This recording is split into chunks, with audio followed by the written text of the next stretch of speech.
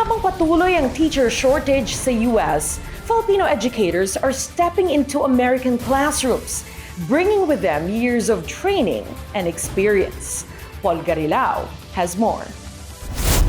As a new school year begins, problema pa rin ang teacher shortages sa Amerika. Sa Florida lang, mahigit 3,000 mga teaching positions ang bakante. Helping fill the gap, mga J1 exchange teachers kasama na dito ang mga educators mula Pilipinas. We exchange cultural teachers. We call ourselves ambassadors in our different countries. So we fill in the gap. Si Jandel Aduca ang unang Filipino J1 teacher na kinuha bilang guro sa Pensacola noong 2023. Special education ang kanyang major sa Pilipinas. Training na gamit niya ngayon sa pagtuturo sa mga estudyanteng may special needs. We have to make a point that we are using the right curriculum on the level of the kids.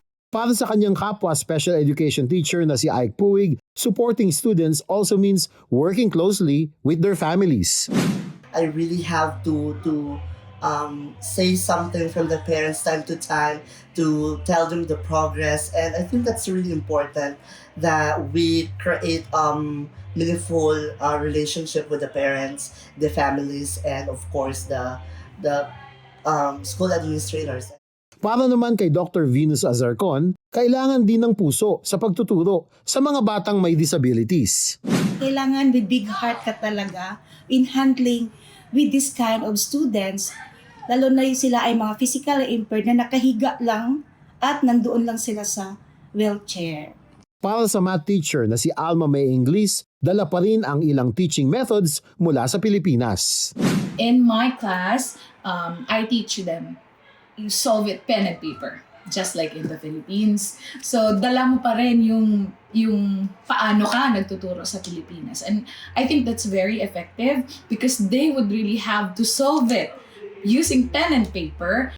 At ngayong school year, may kasanggana si Alma. Her husband has also joined her as a teacher at the same school.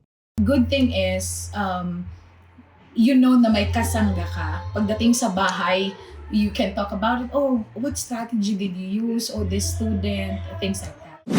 For these school districts, these Filipino teachers are not just filling vacancies. They are helping fill a critical need in education. Paul Garilao for Billionaire News Channel, Pensacola, Florida.